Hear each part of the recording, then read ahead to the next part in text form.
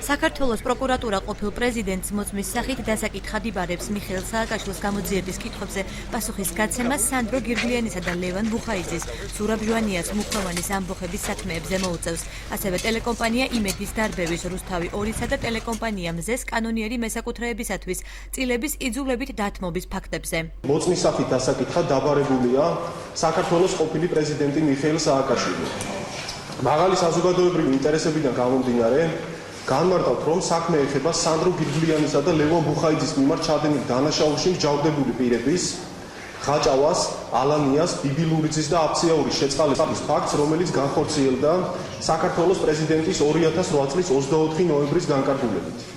ასევე გსურს განმარტოთ, რომ მთელ რიგ საქმეებზე გამოძიება შესულია დასკვნით ფაზაში და პროკურატურა დგას მიხეილ სააკაშვილის დაკითხვის აუცილებლობის წინაშე.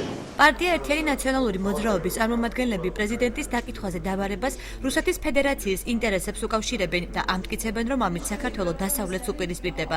მოგვიანებით საკითხს მიხეილ სააკაშვილი ამგვარად გამოეხმაურა. მონაწილეობ ბინძურ ინტრიგებში, რომელსაც გეგმავენ და რომელსაც აქვს სრულიად ძალიან კონკრეტული სარჩული. ნამდვილად არ მონაწილეობ, მე მივიღე ეს გადაწყვეტილება, მაგრამ თუ ვინმე ამასა დააპირებს, ყველა აგებს პასუხს შესაბამისად. შეიძლება ყველა ძალიან კარგად ის ყველაფერი, მათ შორის საერთაშორისო არენაზე. მე არ მგონია, რომ ესეთ შეუგნებლები ადამიანები იყოს ყველა საქართველოს მთავრობაში, ვერ ხვდებოდნენ იმას, რომ ამას საქართველოს საერთაშორისო იმიჯისთვის შეუძლია უდიდესი ზიანის და დარტყმის მოტანა. ამიტომ კიდევ ერთხელ ვიმეორებ, მე არ მგონია, რომ ეს არის რაღაცა შეუგნებელი გადაწყვეტილება.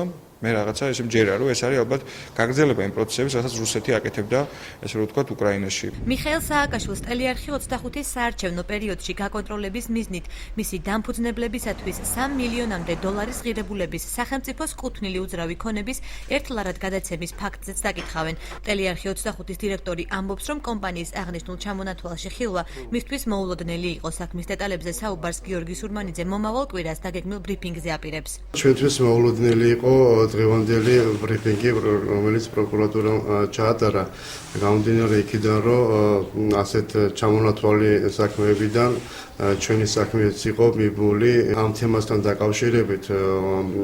ამ კვირის დასაწყისში, ალბათ ორშაბათს ან სამშაბათს ვაპირებთ თბილისში ბრიფინგის ჩატარებას, სადაც უკვე დეტალურად მოვყვებით, თუ რა სიტუაცია იყო და თუ რაში გამოვლინდა ზეწოლა და თუ როგორ ტელეარხი 25-ის საინფორმაციო სამსახურის უფროსი მაია მერკვილაძე ხაზგასმით აღნიშნავს, რომ ტელევიზიის გასხვისება სარედაქციო პოლიტიკაზე არ ასახულა, თუმცა მაყურებლის მხრიდან აღნიშნულ პერიოდში გარკვეული უნდობლობა იგრძნობოდა. საინფორმაციო გამოშვების გუნდმა უმოკლეს პერიოდში შეძლო გაიქარწყლებინა ყველა ეჭვი და მაყურებელთან ნდობა აღედგინა. ტელევიზიის პოლიტიკური გავლენით აპელირება ამ შემთხვევაში არ მიმაჩნია სწორად.